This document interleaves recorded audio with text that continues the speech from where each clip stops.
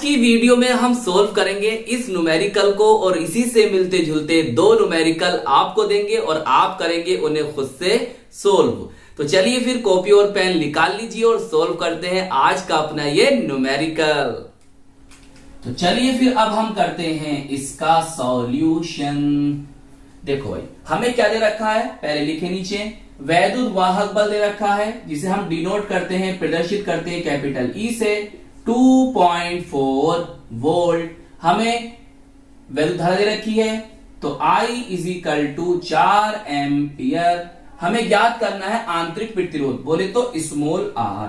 चलिए अब black pen निकालो और ये रिलेशन लिखो, परिपथ में प्रवाहित धारा I is equal to capital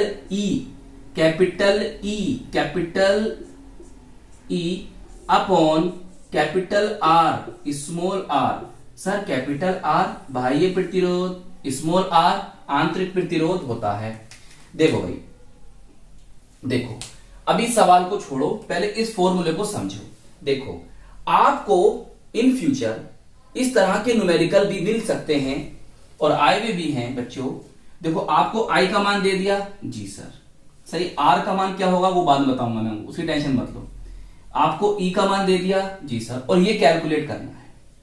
in future आपको ये भी हो सकता है कि भाई I का मान दे दे, इसका भी मान दे दे और इसका मान दे दे और ये पूछ सकता है वो आपको ये दे दे, ये दे दे, ये दे दे और ये पूछ ले। तो इसलिए आपको फॉर्मूले अच्छी तरह से याद होने चाहिए।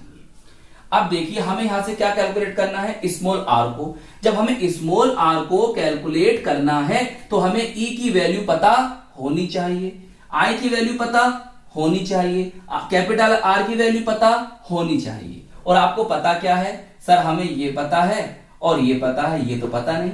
बेटा ये भी आपको पता है, कैसे, जरा इसे पढ़ो। लघुपतित, इसका मतलब क्या होता है, जहां भी ये लिखा हुआ आएगा तो इस तरह से याद रखो बच्चों कि लघुपतित करने पर परिपथ में प्रतिरोध, बोले तो बाह्य प्रतिरोध कैपिटल R शून्य होगा, सही। और दूसरी बात ये याद रखो, किसी भी सेल से अधिकतम धारा प्राप्त करने के लिए, मैंने क्या कहा, किसी भी सेल से अधिकतम धारा प्राप्त करने के लिए उसका प्रतिरोध शून्य होना चाहिए। तो दोनों में से कोई भी बात अगर लिखी हुई मिले तो वहां पर कैपिटल R को शून्य कर देना। चलिए अभी आपको दो न्यूमेरिकल मिलेंगे, सही, बहुत ध्यान से करना उनको। तो I इज इक्वल टू, अरे नहीं सर वैल्यू रखो, वैल्यू 4 एम्पियर, E की वैल्यू 2.4 अपॉन R, अब तो 0 हो जाएगा ये, सही। और ये कैलकुलेट करना है सर, ये इधर लेकर आओ, ये इसके बटे में आ जाएगा। तो कुछ इस तरह से बनेगा जी।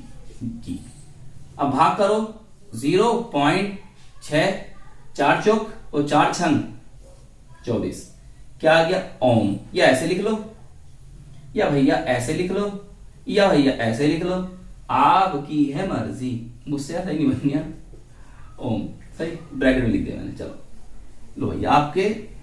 देखो कौन सा ऑप्शन ठीक है, तो सर हमारा ऑप्शन तो डी बिल्कुल ठीक है। चलिए अब इन दो न्यूमेरिकल को आप खुद से सोल्व करेंगे, कर लेंगे।